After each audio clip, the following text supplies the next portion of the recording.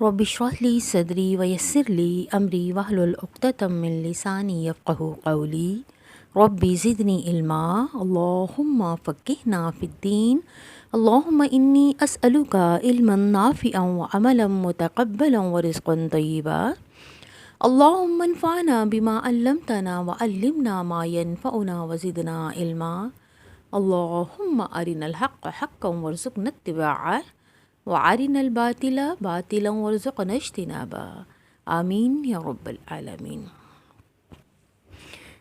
اعوذ باللہ من الشیطان الرجیم بسم اللہ الرحمن الرحیم وَلَنَبْلُوَنَّكُمْ بِشَيْءٍ مِّنَ الْخَوْفِ وَالْجُوعِ وَنَقْصٍ مِّنَ الْأَمْوَالِ وَالْأَنفُسِ وَالثَّمَرَاتِ وَبَشِّرِ الصَّابِرِينَ الَّذِينَ إِذَا أَصَابَتْهُم مُّصِيبَةٌ قالوا إنا لله وإنا إليه راجعون أولئك عليهم صلوات من ربهم ورحمة وأولئك هم المهتدون صدق اللہ العظیم۔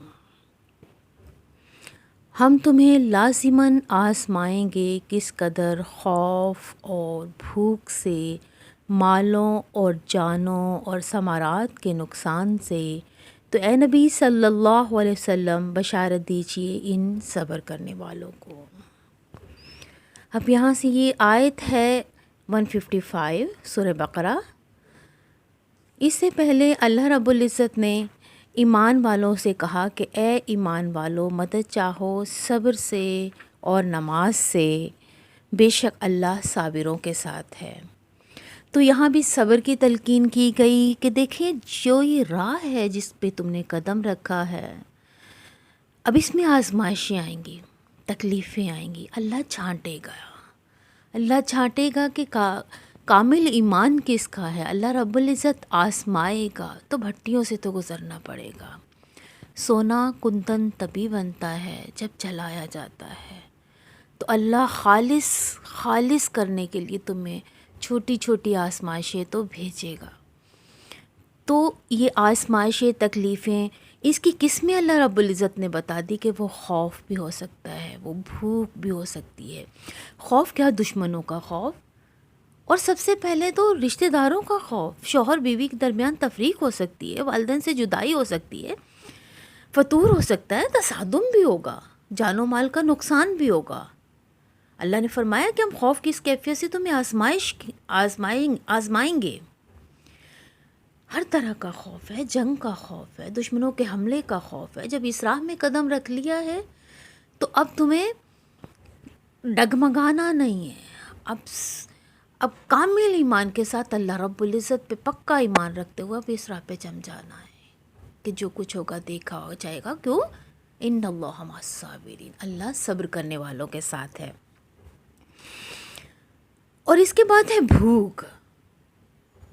بہت تکلیفیں اٹھانی پڑی صحابہ رضی اللہ تعالیٰ عنہ کے اس راہ میں، کیا کیا آزمائشیں نہیں آئی۔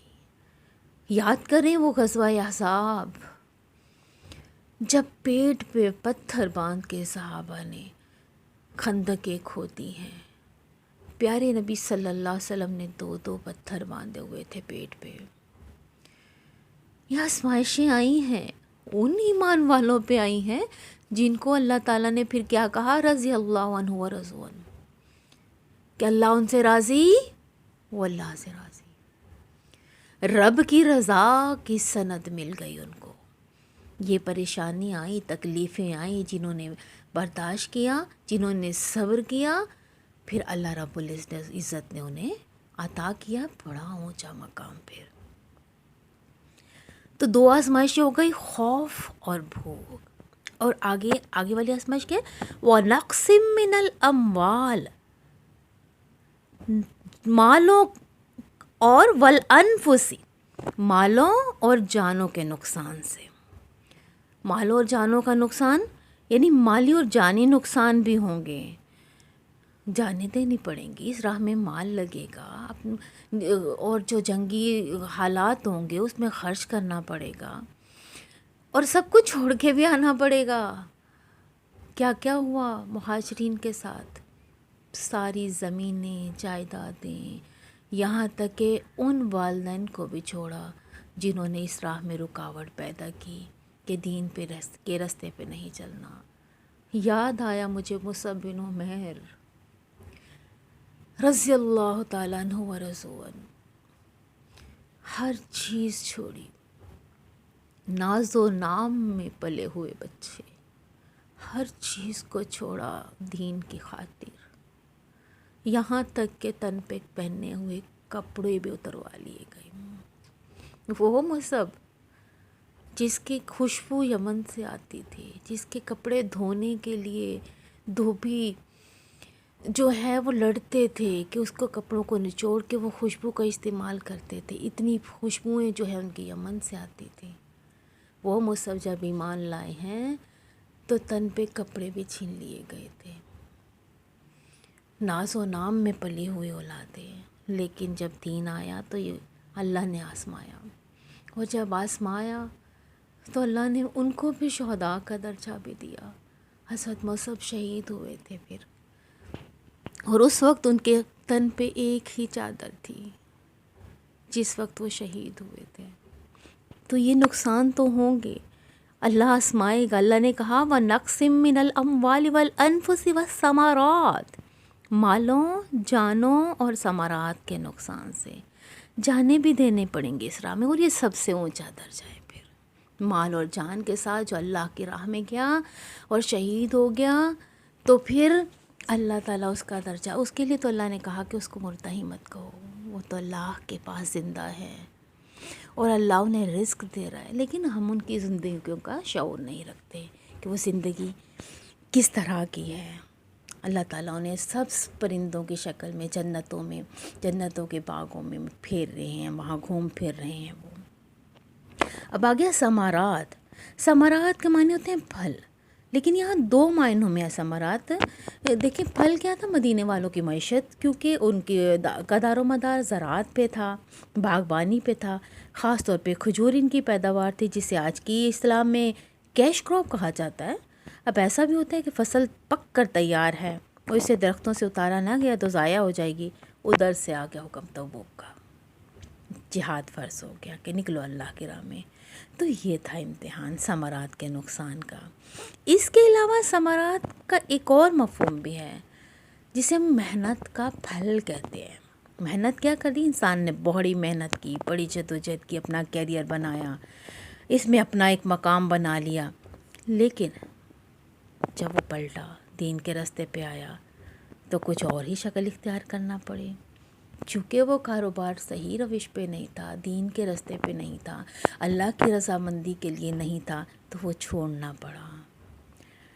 اپنی تجارت کے زمانے میں یا کسی پروفیشن میں اپنا مقام بنانے میں اس نے جو محنت کی تھی وہ سب کی سب صفر ہو گئی، اور اپنی محنت کے ثمرات سے بالکل تہی دامن ہو کر اسے وادی میں آنا پڑتا ہے۔ لیکن اللہ نے کیا کہا، وہی وَبَشِّرِ الصَّابِرِينَ، بشارت دے دیجئے پھر صبر کرنے والوں کو۔ ہمارے سامنے مثال ہے جنید جمشید کی، ٹاپ پہ پہنچ کے اس پروفیشن میں گانے بجانے میں انہوں نے بڑا مقام حاصل کر لیا، ہر دل کی دھڑکن بنے ہوئے تھے، لیکن جب اللہ نے انہیں چنا ہدایت کے لیے تو انہوں نے سب کچھ چھوڑ دیا رب کی رضا کے لیے، اور آزمائش بھی آئی کہ گھر میں کچھ بھی نہیں تھا بچا۔ انہوں نے اپنے ایک درس میں بتایا تھا کہ ان کے پاس صرف 100 روپے تھے آخری دن، اور وہ دی کے اپنی بیوی کو چلے گئے تھے کہ اب میری جیب میں کوئی پیسہ نہیں ہے، پریشان تھے۔ اللہ نے آزمایا انہیں بھی، لیکن پھر جب اللہ نے انہیں عطا کیا، جب آزمائش میں انسان پورا اترتا ہے تو پھر اللہ رب العزت عطا بھی کرتے ہیں۔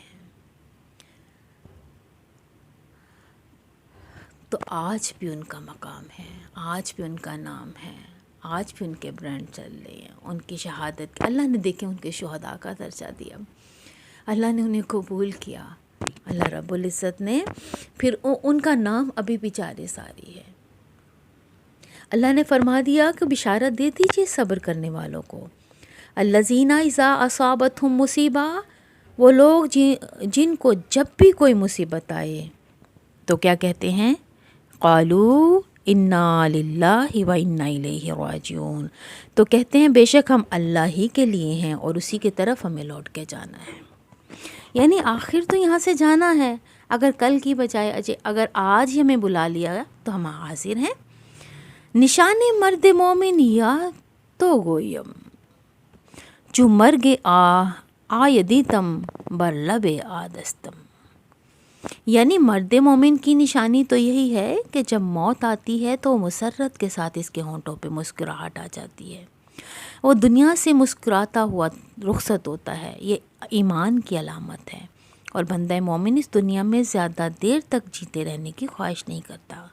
اسے معلوم ہے کہ وہ دنیا میں جو بھی لمحہ گزار رہا ہے اس کا اسے حساب دینا ہوگا. تو جتنی عمر بڑھ رہی ہے حساب بڑھ رہا ہے. اور ویسے بھی نبی صلی اللہ علیہ وسلم نے فرمایا نا، دنیا سجن المومن و جنت الکافر. دنیا مومن کے لیے قید خانہ اور کافر کے لیے جنت ہے. تو جبھی ایمان والوں کی نشانی کا کیا کہا اللہ رب العزت نے کہ جب انہیں کوئی مصیبت آتی ہے تو کہتے ہیں بے شک ہم اللہ ہی کے لیے ہیں اور اسی کی طرف ہمیں لوٹ کر جانا ہے. اولئک علیہم صلوات من ربہم ورحمہ. یہی وہ لوگ ہیں جن پر ان کے رب کی عنایتیں ہیں، ان کے رب کی رحمتیں ہیں. یعنی ہر وقت اللہ کی عنایتوں کا نزول اور اللہ کی رحمت کی بارشیں ہوتی ہیں پھر ان پہ. وَأُولَئِكَ هُمُ الْمُهْتَدُونَ. اور یہی لوگ ہدایت یافتہ ہیں. یعنی وہ لوگ ہیں جنہوں نے واقعتاً ہدایت کو اختیار کر لیا اور جو ایسے مرحلے پر ٹھٹک کر کھڑے نہیں ہو جاتے، پیچھے ہٹ کر بیٹھ نہیں رہتے، پیٹ نہیں موڑ لیتے، بلکہ وہ ہدایت سے تہی دامن ہیں. کیونکہ وہی ہدایت سے تہی دامن ہے. اللہ رب العزت نے صحیح ہدایت انہی کو دی ہے. کوئی مصیبت آ جائے، کوئی بھی پریشانی آ جائے تو وہ گھبراتے نہیں ہیں.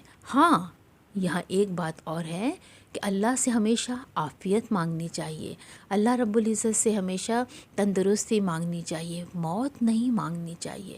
لیکن اگر کبھی پریشانی آ جائے، تکلیف آ جائے اور مصیبت آ جائے یا بیماری آ جائے تو اس وقت ہائے دوائی میں جانے سے بہتر ہے صبر کرے.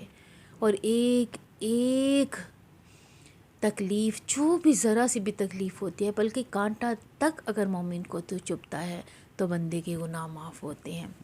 اور اگر اسی حالت میں، اسی بیماری میں وہ چلا گیا، اگر اس نے اللہ کا شکر اس حال میں بھی کیا ہے تو سیدھا اللہ رب العزت انہیں جنتوں میں پہنچائیں گے، اعلیٰ درجے میں پہنچائیں گے.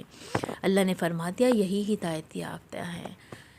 اللہم اجعلنا منہم، اے اللہ ہمیں ان میں سے کرنا. یا رب العالمین ہم امتحانات کے قابل نہیں ہیں، اللہ ہمیں آزمائشوں سے بچانا، ہمیں تکالیف سے بچانا، ہمیں ہر طرح کی آزمائش سے بچانا. لیکن اگر کوئی مصیبت، کوئی ناگہانی آ جائے تو رب العالمین صبر کی توفیق دینا. بارک اللہ لی و لکم فی القرآن العظیم و نفعنی ایاکم بآیاتی و ذکر الحکیم. آمین یا رب العالمین.